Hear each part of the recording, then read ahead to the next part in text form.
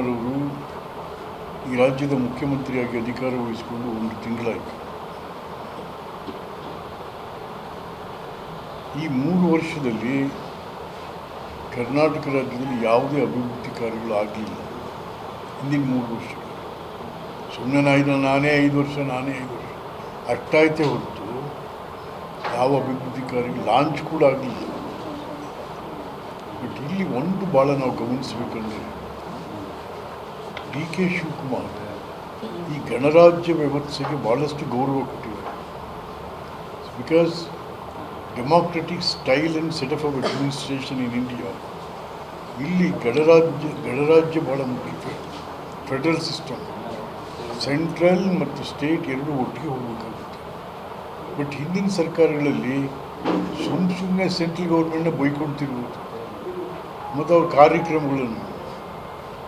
ಈಗ ಮಹಾತ್ಮ ಗಾಂಧಿ ಇದಿತ್ತಲ್ಲ, ಅದನ್ನೇನೋ ಹೆಸರು ಚೇಂಜ್ ಮಾಡಿದ್ರು, ಸ್ಟಾರ್ಟೇ ಮಾಡಲಿಲ್ಲ ಈಗ.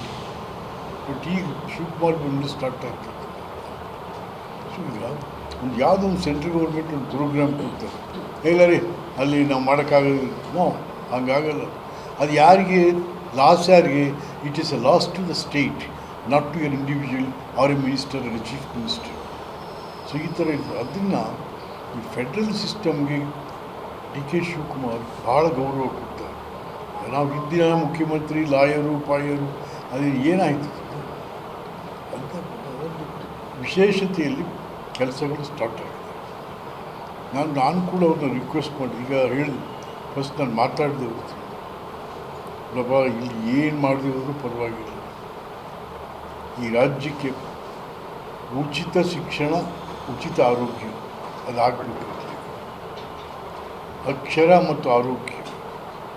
ಸೊ ಆವಾಗಿದ್ದೀಗ ನಾವು ಮಕ್ಕಳಿಗೆ ಫ್ರೀ ಬಸ್ಸಸ್ ಏನೋ ಮಾಡಿದ್ದಾರೆ.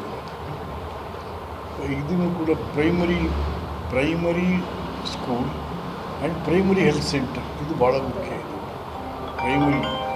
ಸೊ ಅದನ್ನೇನೋ ಬೇರೆ ಒಂದು ಸ್ಕೀಮ್ ಮಾಡ್ತಾಯಿದ್ದಾರೆ, ಒಂದೊಂದು ಕೊಡ್ತಾರೆ.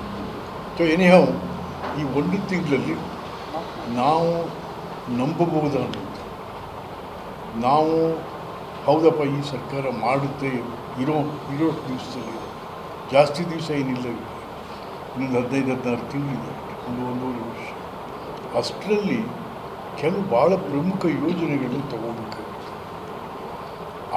ಅದನ್ನು ತಗೋತಾರೆ ಅಂತಕ್ಕಂಥ ಭರವಸೆಯನ್ನು ಅವರು ಮೂಡಿಸಿದ್ದಾರೆ ಮುಖ್ಯಮಂತ್ರಿಗಳು. ಕರ್ನಾಟಕ ರಾಜ್ಯದ ಜನತೆಯಲ್ಲಿ ಒಂದು ಅಭಿವೃದ್ಧಿ ನಾನು ಮಾಡ್ತಾರೆ ಇವರು ಅಂತಕ್ಕಂಥ ಭರವಸೆ. ಯಾಕೆಂದರೆ ಇನ್ನು ಫುಲ್ ಪ್ಲೆಡ್ಜ್ ಕ್ಯಾಬಿನೆಟ್ ಆಗಬೇಕು, ಬಹುಶಃ ಅದು ಇನ್ನೊಂದು 10ನೇ ತಾರೀಕೊಳಗೆ ಆಗ್ತದೆ ಅಂತ ಭರವಸೆ. ಫುಲ್ ಪ್ಲೆಡ್ಜ್ಡ್ ಕ್ಯಾಬಿನೆಟ್ ಆದಮೇಲೆ ಸೊ ಎಲ್ರಿಗೂ ಕೂಡ ರೆಸ್ಪಾನ್ಸಿಬಿಲಿಟಿ ಸಿಗುತ್ತೆ, ಕೆಲಸಗಳು ಸ್ಟಾರ್ಟ್ ಆಗುತ್ತೆ. ಹಾಗಾಗಿ ಸಂತೋಷ.